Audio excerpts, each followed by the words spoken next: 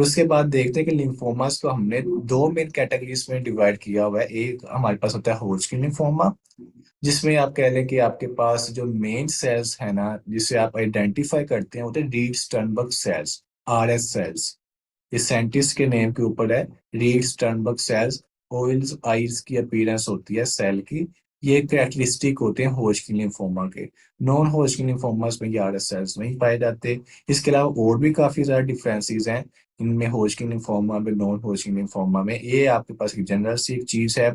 इसके अलावा आपके पास जो होजकिन लिम्फोमा है, इसमें आरएस सेल्स के साथ साथ इंफ्लेमेटरी ये भी आपके पास सेल्स पाए जाते हैं। जो इन्फिल्ट्रेट है वो भी काफी ज्यादा इंपॉर्टेंट है। आरएसएस तो आपको बच्चों को पता होता है, लेकिन उसके साथ जो इन्फ्लेमेटरी सेल्स है ना आपके, जो इन्फ्लेमेशन में इन्वॉल्व होते हैं, वो भी इसमें आ जाते हैं। सो आपने इन्फ्लेमेटरी सेल्स को भी याद रखना है और आरएस सेल्स को भी याद रखना है।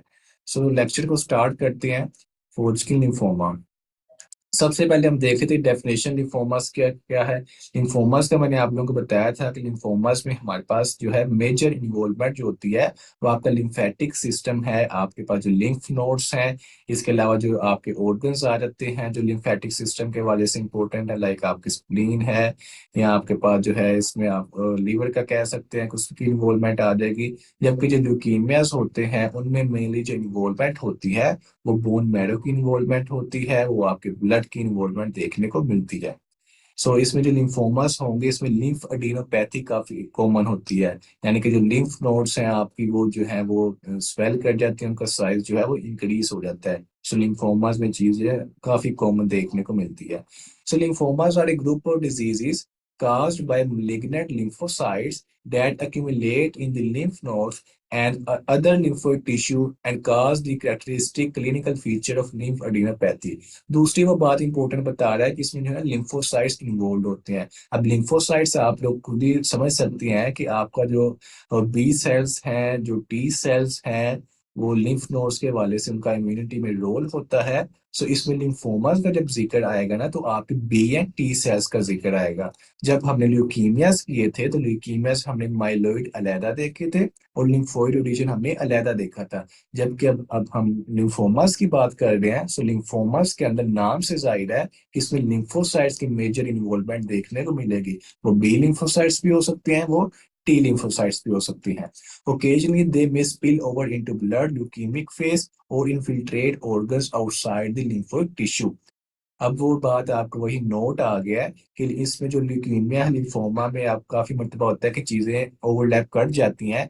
लाइक अगर लिम्फोमा है तो लिम्फोमा के जो सेल्स हैं वो मेनली आपके लिम्फ नोड्स के रिलेटेड होंगे, लेकिन हो सकता है कि वहां से वो सेल्स जो है निकल कर आपके ब्लड के अंदर आ जाए, यानी कि ल्यूकीमिक फेस हो जाए, ल्यूकीमिया की कंडीशन बन जाएगी जब ब्लड के अंदर वो सेल्स आ जाएंगे। या हो सकता है कि लिम्फोइड टिश्यू है, उसके बाहर जो ऑर्गन्स है उन्हें इन्फिल्ट्रेट कर दें। तो ये जो है उसका ल्यूकीमिक फेस भी आपके पास आ सकता है। The major subdivision of lymphomas is into Hodgkin lymphoma and non-Hodgkin lymphoma, HL and NHL, and this is based on the histological presence of Reed-Sternberg RS cells in the Hodgkin lymphoma।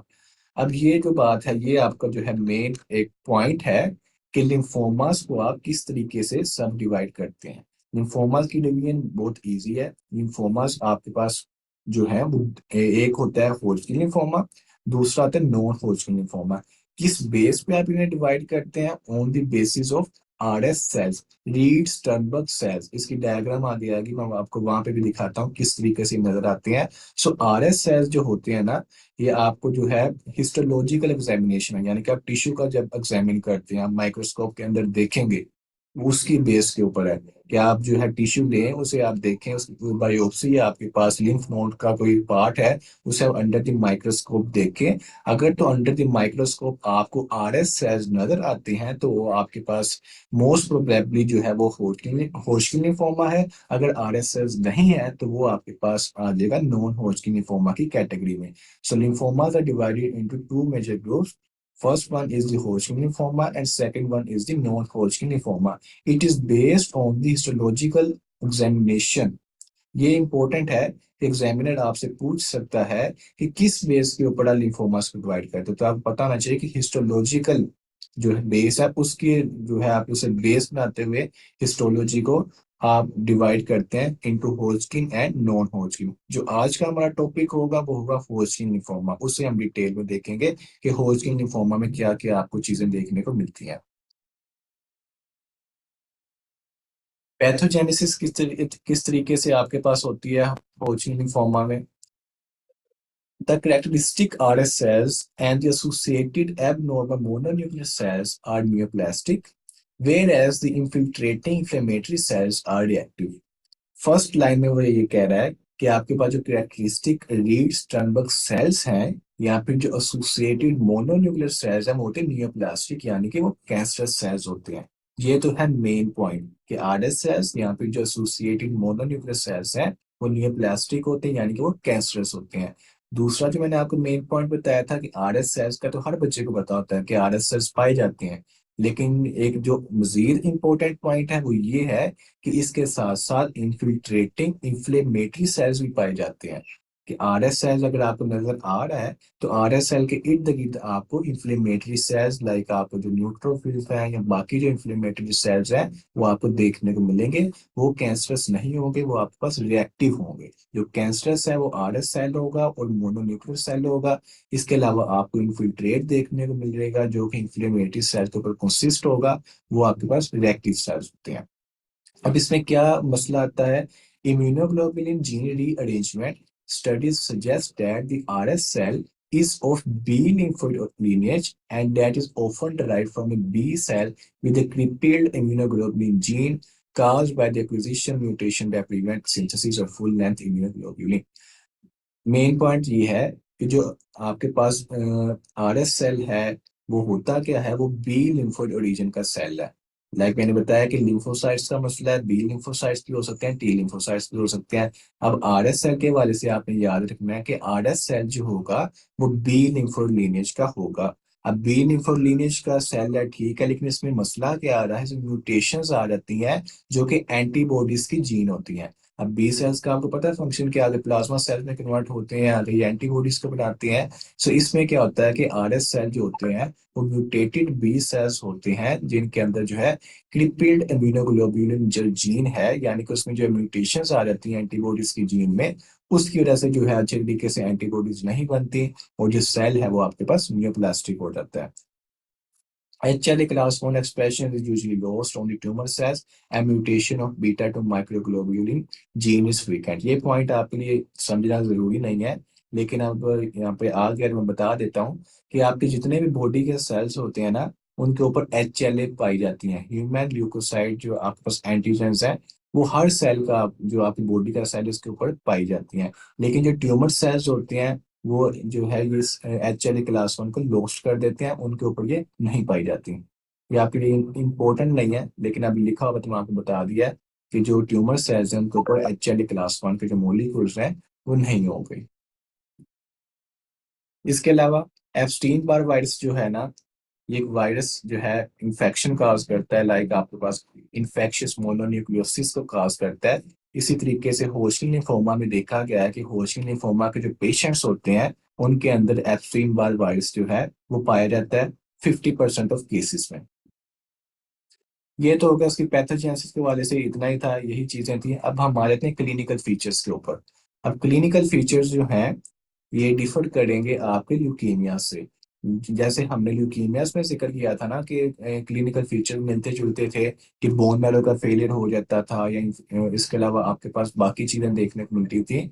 अब इसमें जो है आपके पास हम lymph nodes के बारे से बात करेंगे कि लिम्फ नोड्स कौन सी इन्वॉल्व होती हैं। हम देखेंगे कि स्प्लीन का साइज लार्ज हो सकता है, इसके अलावा लिवर का साइज इंक्रीज हो जाता है, और इसके अलावा आपके पास जो सिम्टम्स हैं वो भी एक्स्ट्रा जो सिम्टम्स हैं मैं उनकी बात करता हूँ वो भी पाई जाती हैं। So first point is that the disease can present at any age but is rare in children and has a peak incidence in young adults। There is an almost 2:1 male predominance. इसमें कह रहा है कि young adults में होजकिन lymphoma के chances ज्यादा होते हैं। यंग अडल्ट्स का जो एज ग्रुप है वो चीज आ जाएगी। उसमें जो है मेल प्रीडोमिनेंस पाई जाती है, तो मेल्स के अंदर डबल द चांस है कि फीमेल की निस्बत मेल्स के अंदर जो है ये ज्यादा पाया जाता है। मोस्ट पेशेंट्स, अब फर्स्ट पॉइंट देखें जरा, आपके लिए इंपॉर्टेंट है समझना कि फर्स्ट आपके पास जो क्लिनिकल पिक्चर है वो क्या उसने लिखा हुआ है Most patients present with painless, asymmetrical, firm and discrete enlargement of superficial lymph nodes. जो मोस्टली पेशेंट्स आएंगे होल्स्किन लिम्फोमा के, उन्हें जो है मसला होगा वो होगा painless, asymmetrical, firm and discrete जो है लिम्फ नोड्स की जो है enlargement देखने को मिलेगी। कि सुपरफिशियल लिम्फ नोड्स आपकी बॉडी के ऊपर होती हैं, लेकिन उनका एक नॉर्मल साइज होता है। जब डिजीज कंडीशन हो जाती है तो उनका जो साइज है वो इंक्रीज कर जाता है। सो होजकिन लिम्फोमा के अंदर उनका साइज भी इंक्रीज करेगा, इसके अलावा बाकी भी उसमें चीजें आ जाएंगी, पेनलेस होगी यानी कि पेन नहीं होगी, एसिमेट्रिकल होगी, फर्म होगी और डिस्क्रीट होगी। द सर्वाइकल नोड्स, अच्छा इसमें आप देख लें, इस परसेंटेज को याद ना करें, लेकिन देख लें कि सबसे ज्यादा जो इन्वॉल्वमेंट है वो सर्वाइकल नोड्स, यानी कि जो आपका नेक का रीजन है वहां पर जो लिम्फ नोड्स है उनकी इन्लार्जमेंट मोस्ट कॉमन। उसके बाद जो एक्सिलरी लिम्फ नोड्स हैं वो आ जाएंगी, और लास्टली आपके पास आ जाएंगी इंगुइनल नोड्स। सो जो लिम्फ नोड्स हैं उनका उसने परसेंटेज बताई है, सबसे ज्यादा सर्वाइकल नोड्स की इन्वॉल्वमेंट, उसके बाद एक्सिलरी नोड्स, और लास्टली आपके पास आ जाते हैं inguinal nodes. Typically, the disease is localized initially to a single peripheral lymph node region and its subsequent progression is by contiguity within the lymphatic system.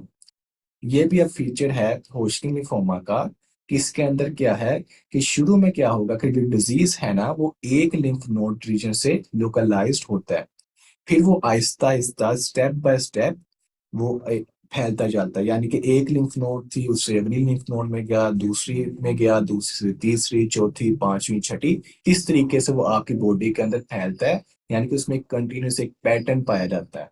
सो शुरू में लोकल लाइव है, फिर आहिस्ता आहिस्ता बाकी लिम्फ नोड्स में उसकी जो है उसका स्प्रेड होता रहता है।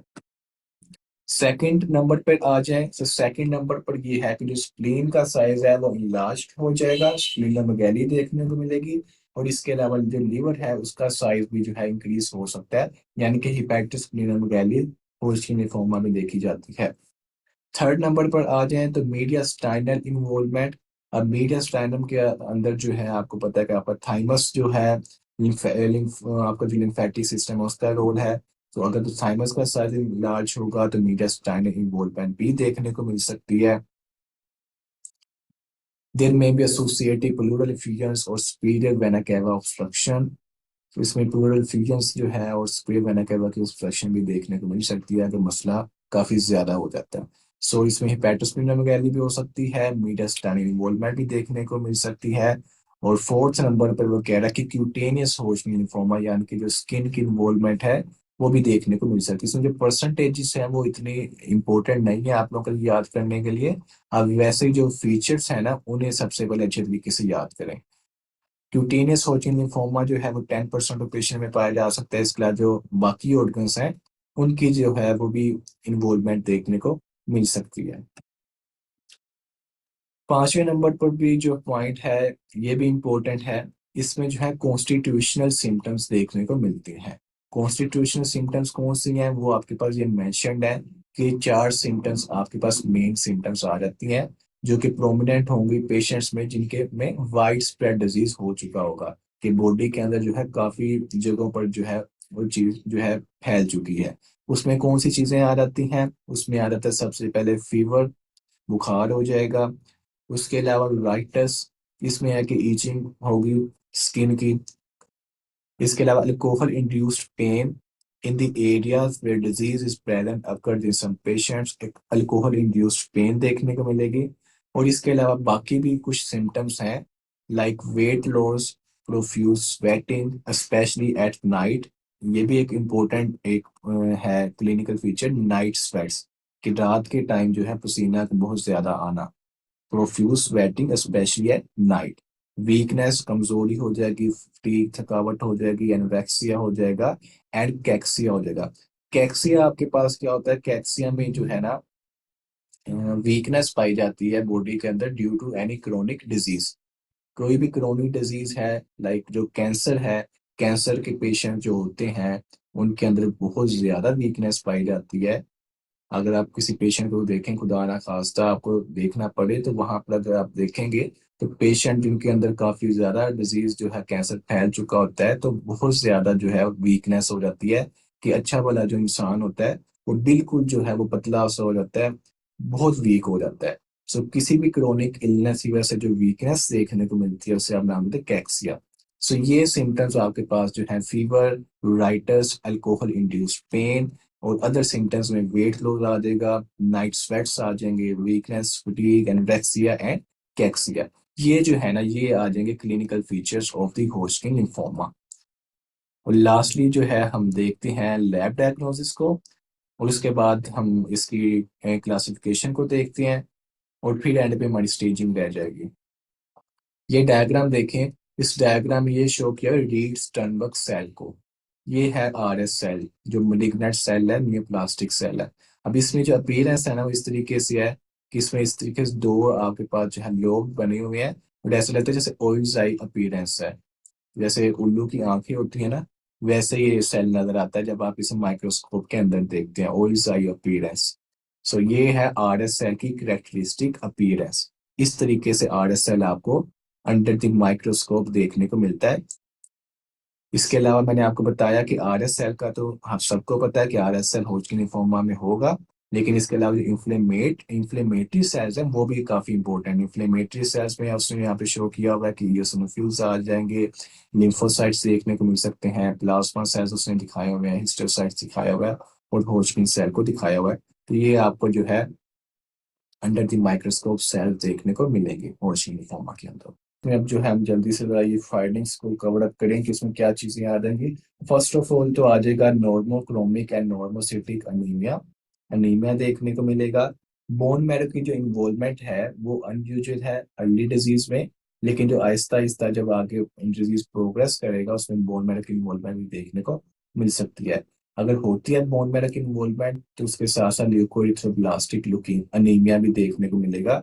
लाइक हमने ल्यूकोइरिथ्रोब्लास्टिक जो फिल्म थी उसकी भी बात की थी डब्ल्यूबीसी जब हमने स्टार्ट किए थे, तो वो भी आपको इसमें देखने को मिल सकती है। सो इसमें नॉर्मोसिटिक नॉर्मोक्रोमिक अनीमिया है, बोन मैरो इन्वॉल्वमेंट इसमें कॉमन नहीं है लेकिन हो भी सकती है।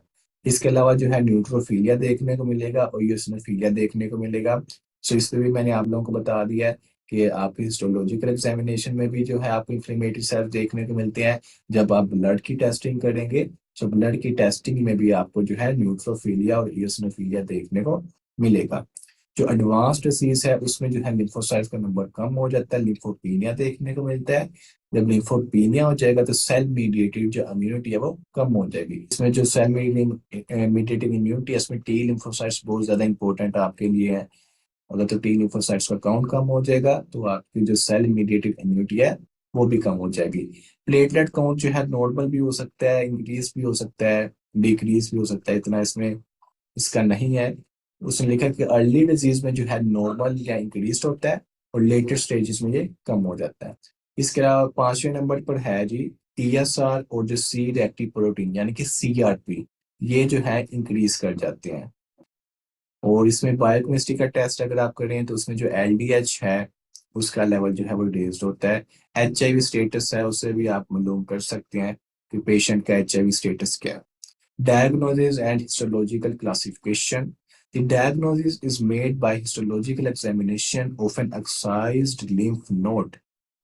डायग्नोसिस में आप हिस्टोलॉजिकल एग्जामिनेशन भी काफी इंपॉर्टेंट है। आप तो पूरा सब्जेक्ट पढ़ रहे हैं ना हिस्टोलॉजी का, कि उसमें क्या क्या चीजें हैं हिस्टोटेक्नोलॉजी के अंदर। आप लिम्फ नोड्स को जो है बायोप्सी अगर करते हैं, फिर आप उसका पूरा जो है आगे step by step her step से गुजारते हैं, फिर अंडर द माइक्रोस्कोप से देखते हैं। तो यहाँ पर भी इसी तरीके से है कि आप लिम्फ नोड की जो है बायोप्सी अगर आप देखें तो उसमें जो है आपको क्या सेल्स नजर आते हैं तो आप लोगों को आइडिया हो जाता है, वहां से भी आपकी डायग्नोसिस में हेल्प मिलती है। The distinctive multi nucleate polyploid RS cell is central to the diagnosis of the four classical types, and mononuclear Hodgkin cells are also part of the malignant clone. वही कह रहा है कि जो आर एस सेल्स हैं वो important हैं इस डायग्नोसिस में। अगर आर एस सेल्स आपको देखने को मिलते हैं तो आपका जो डायग्नोसिस है कंफर्म होने की तरफ जाता है। अच्छा, इसमें आर एस सेल्स है ना जो उनकी जो स्टेनिंग है आपके पास लाइक इम्यूनोफिनोटाइपिंग है वो काफी इंपॉर्टेंट है एमसीक्यूज के पॉइंट ऑफ व्यू से। और ये काफी आसान है आप लोगों के लिए समझना कि जो आपके पास आर एस सेल्स है ना ये पॉजिटिव होती हैं CD15 एंड CD30। आसान से मार्कर्स हैं 15 और 30, 15 को प्लस करें, 15 + 15 वो आपके पास आ जाता है 30। तो इसमें जो है मार्कर्स, टू मार्कर्स हैं इंपॉर्टेंट RSS के वाले से, वो है CD15 एंड CD30। इसे अभी याद कर लें कि RSS are positive for 15 and 30 but are usually negative for B cell antigen expression. अच्छा, अब इनका लीनिएज तो बी सेल ही है, हमने देखा है पैथोजेनेसिस के अंदर, लेकिन ये यूजुअली नेगेटिव होते हैं बी सेल एंटीजन एक्सप्रेशन के लिए, क्योंकि ये काफी ज्यादा म्यूटेट कर जाते हैं। तो उसके बाद इनकी जो है इम्यूनोफिनोटाइपिंग भी फिर डिफर करती है। ये जो है 15 एंड 30 पॉजिटिव होते हैं। Inflammatory components consist of lymphocytes, neutrophils, eosinophils, plasma cells, and variable fibrosis. CD68 detects infiltrating macrophages. जो CD68 है ना, वो हेल्प आउट करता है आपको देखने में कि मैक्रोफेजेस जो है इन्फिल्ट्रेट कर रहे हैं कि नहीं कर रहे हैं। अगर तो मैक्रोफेज इन्फिल्ट्रेट कर रहे हैं तो CD68 जो है वो पॉजिटिव आएगा आपके पास। हिस्टोलॉजिकल क्लासिफिकेशन, अब हम जो है इसकी क्लासिफिकेशन पे आ जाते हैं। उसके बाद जो है हम सिर्फ स्टेजिंग को देखेंगे। स्टेजिंग भी मैं आपको इजीली मैं बता देता हूँ, उसमें मुश्किल नहीं है। इस क्लासिफिकेशन को आप लोगों को याद करना है। सो इसे जो है हम कंप्लीट करते हैं। चलो, क्लासिफिकेशन है ना होजकिन लिम्फोमा की, ये आपके पास जो है दो तरह से उसने जो है इसे टू इसमें कैटेगरीज उसने बनाई है। फर्स्ट उसने बनाया है क्लासिकल होजकिन लिम्फोमा, और जो सेकंड है ना उसने बनाया है nodular lymphocyte predominant Hodgkin lymphoma. So first of all आपने याद करना है, जो क्लासिफिकेशन है वो बेस्ड है हिस्टोलॉजिकल एग्जामिनेशन पर। मैं बार बार इस चीज को रिपीट कर रहा हूँ कि जो क्लासिफिकेशन है वो हिस्टोलॉजिकल एग्जामिनेशन के लिम्फोमास के वाले से हिस्टोलॉजिकल एग्जामिनेशन काफी इंपॉर्टेंट है।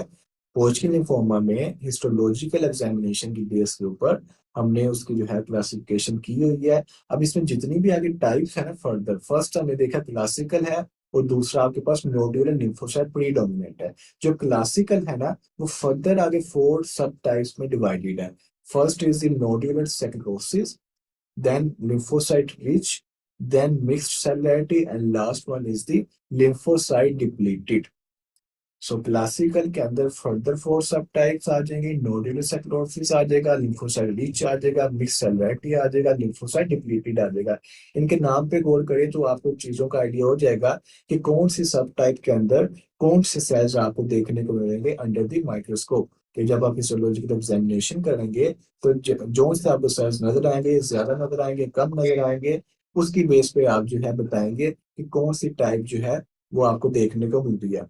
सो क्लासिकल होचिन लिम्फोमा 95% ऑफ केसेस, जो 95% केसेस है वो क्लासिकल के होते हैं। जो 5% है वो नोड्यूलर लिम्फोसाइट प्रीडोमिनेंट के होते हैं। सो यानी कि ये ज्यादा इंपॉर्टेंट है। इसमें फर्स्ट को देखते हैं नोड्यूलर सेक्लोसिस। अब नोड्यूलर सेक्लोसिस का उसमें लिखा हुआ है, इसमें जो कोलाजन बैंड्स है ना, वो पाए जाते हैं। इसमें मैं आपको जरा शॉर्ट में बता देता हूँ।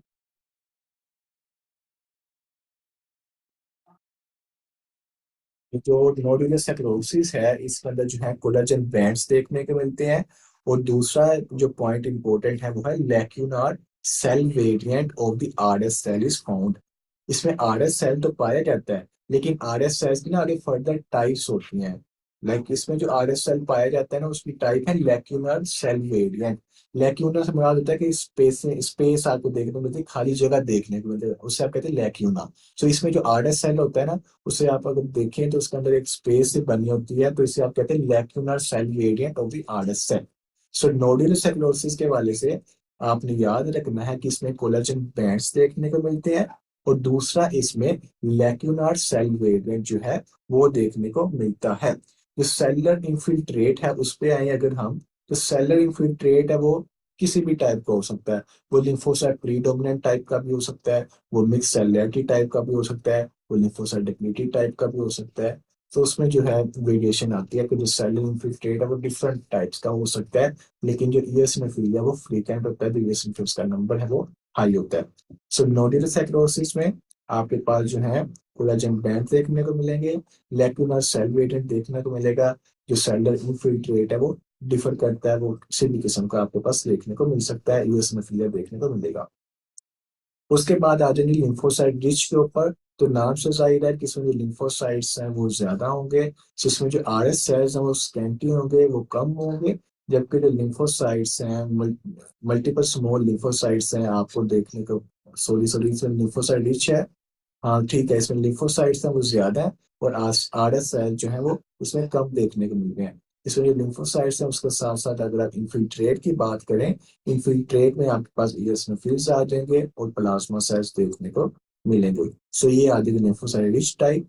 और थर्ड नंबर पे है मिक्स्ड सेलुलैरिटी, यानी कि इसमें मिक्स्ड केस है, इसमें आर एस सेल्स भी काफी ज्यादा है, और जो लिम्फोसाइट्स का नंबर है वो इंटरमीडिएट है मिक्स सेलेरिटी के अंदर। ये आप लोगों ने इसे रट्टा लगाना है कि कौन सी टाइप के अंदर कौन सी साइज है, वो कितनी अमाउंट में पाई जा रहे हैं। ये क्लासिफिकेशन आप लोगों ने एज सच ही टेबल से यहाँ से आप लोगों ने याद कर लेंगे। लिम्फोसाइट डिप्लीटेड में आपके पास जो है लिम्फोसाइट्स में जो है कम होंगे। सो इसमें उसने लिखा हुआ है जी कि रीड स्टर्नबर्ग सेल्स हैं वो डोमिनेट करेंगे, काफी ज्यादा देखने को मिलेंगे आरएस सेल्स आप लोगों के पास। इसके अलावा जो लिम्फोसाइट्स हैं वो आपके पास कम होंगे। डिफ्यूज फाइब्रोसिस का पैटर्न भी देखने को मिल सकता है इसके अंदर। सो नोडल सेक्लोसिस की बात हमने कर ली, collagen bands, lacunar cell variant, lymphocyte rich में आरएसएस कम, लिम्फोसाइट्स जो हैं वो ज्यादा, मिक्स सेलेरिटी में आरएसएस काफी ज्यादा, लिम्फोसाइट्स जो हैं वो इंटरमीडिएट, लिम्फोसाइट डिप्लीटेड के अंदर जो आरएसएस हम डोमिनेट करते हैं, जो लिम्फोसाइट्स हैं वो कम है। इसके अलावा जो है फाइब्रोसिस भी देखने को मिलती है। जो लास्ट है ना उसमें है नोडुलर लिम्फोसाइट प्रीडोमिनेंट, इसके अंदर उसमें लिखा हुआ है कि आरएस सेल्स देखने को नहीं मिलते। होचिन लिम्फोमा में इन 95% ऑफ केसेस, या कह लें कि 99% आपके ने यही याद रखना है कि आरएस सेल्स देखने को मिलते हैं। ये भूल जाए कि आरएस सेल देखने को नहीं मिलते, कि यानी कहने का मतलब है कि कंफ्यूज ना हो आप बच्चे। और फर्स्ट ऑफ ऑल याद रखना है कि आरएस सेल देखने को मिलते हैं, लास्ट में मिलते हैं, लेकिन बहुत कम केसेस में ऐसा होता है कि लाइक आपका जो टाइप है नोडुलर लिम्फोसाइट प्रीडोमिनेंट टाइप है ना, उसके अंदर आरएस सेल जो है एब्सेंट होते हैं। इसमें जो है lymphocyte predominant tumour B cell जो है वो देखने को मिलते हैं। और जो लेटेस्ट एडिशन है उसमें ये भी लिखा हुआ है कि जो पॉपकॉर्न लाइक सेल है वो देखने को मिलता है। लाइक यहाँ पे आपके पास लैक्यूनर सेल वेरिएंट देखने को मिलता है नोडल सेक्रोसिस के अंदर, इसके अंदर जो है आपके पास पॉपकॉर्न लाइक जो है सेल देखने को मिलते हैं। सो ये आप लोगों के पास क्लासिफिकेशन है। अच्छा, स्टेज वन के अंदर क्या है? स्टेज वन इसमें है, स्टेज टू है, स्टेज थ्री है एंड स्टेज फोर है। इसकी जो स्टेजिंग है ना होजकिन लिम्फोमा की, इसे आप कहते हैं एन अर्बर्ट स्टेजिंग। इसमें stage one two three four है। इजी वे में बताता हूँ। स्टेज वन में आपके पास क्या है, सिर्फ एक लिम्फ नोड एरिया की इन्वॉल्वमेंट देखने को मिलती है। देखिए यहाँ पे सिर्फ उसमें शो किया हुआ है कि only one lymph node area is involve. Stage two में आए तो स्टेज टू के अंदर जो है टू और more than two lymph node areas are involved, but the condition is they are on the same side of the diaphragm। यानी कि ये अगर आपके पास डायाफ्राम है तो आपके पास एक साइड पे डायाफ्राम की दो या दो से ज्यादा लिम्फ नोड की जो है इन्वॉल्वमेंट देखने को मिलनी चाहिए, कि या तो वो डायाफ्राम से दोनों नीचे हों या फिर वो डायाफ्राम के दोनों ऊपर हों। इस तरीके से स्टेज वन के अंदर सिर्फ एक लिम्फ नोड एरिया की इन्वॉल्वमेंट, स्टेज टू के अंदर देखना वन है तो वन एरिया, टू है तो two lymph node areas, but the condition is they should be on the same side of the diaphragm. In stage three में क्या होगा, अब डायफ्राम के ऊपर और डायफ्राम के नीचे हर जगह पर जो है लिम्फ नोड्स की जो इन्वॉल्वमेंट देखने को मिल सकती है। डायफ्राम के ऊपर भी देखने को मिलेगी और डायफ्राम से नीचे भी देखने को मिलेगी। ये स्टेज थ्री है। स्टेज फोर में है कि ये आपके ऑर्गन्स तक भी फैल जाता है, लाइक जो बोन मैरो है, आपका जो लीवर है, स्प्लीन है, वहां पर भी इसकी जो है कह लेंगे all over the body diffuse involvement देखने को मिलती है in stage four. Stage one only one lymph node area, stage two two or more than two lymph node areas on the same side of the diaphragm. In stage 3, above and below the diaphragm lymph nodes are involved. In stage 4, diffuse involvement in other organs of the body